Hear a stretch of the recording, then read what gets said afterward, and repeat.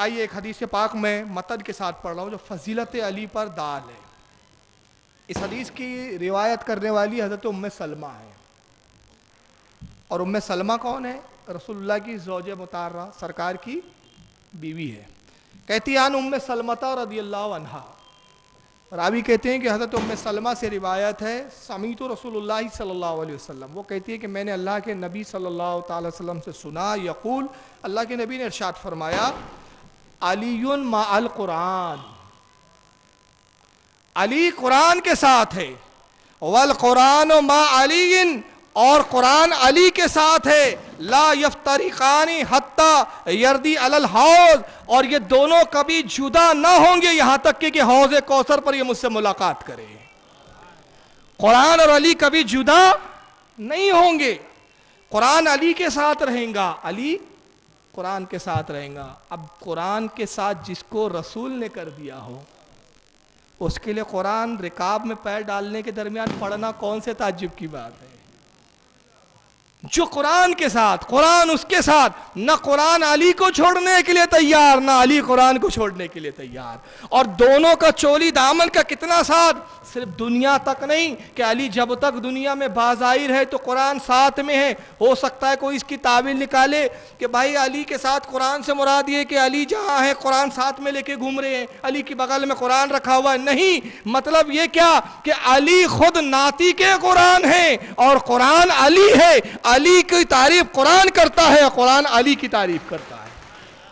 دونوں ایک دوسرے سے جڑے ہوئے ہیں. اور کتنے جڑے ہوئے ہیں؟ دنیا کے معاملے تک نہیں بلکہ حوض کوثر پر بھی مجھے ملاقات کریں گے، ساتھ میں ملاقات کریں گے.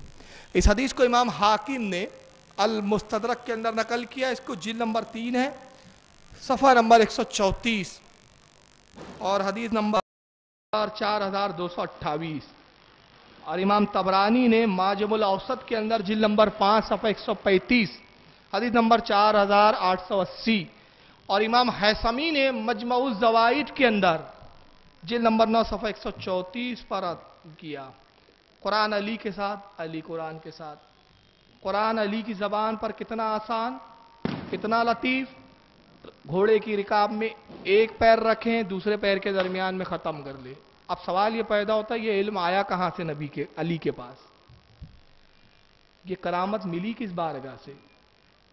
یہ عظمت میسر کہاں سے آئی علی کے لیے؟ اس کا پس منظر تو میں بعد میں بتاؤں گا، اس کا پہلے پیش خیمہ بتا دیتا ہوں. پیش منظر کیا ہے؟ حضرت علی کی والدہ کا نام ہے فاطمہ بنت اسد، ابو طالب کی بیوی ہے اور رسول اللہ کی بڑی چہیتی بیوی ہے، چاچی ہے، معاف کیجیے گا، استغفر اللہ، لا حول ولا قوت الا باللہ، لا الہ الا اللہ محمد رسول اللہ. سرکار کی چچی ہے. حضرت علی جب ان کے شکم میں آئے تو نبی نے فرمایا حدیث پاک میں میرے اور علی کی تخلیق ایک ہی نور سے ہوئی ہے، ایک ہی نور سے.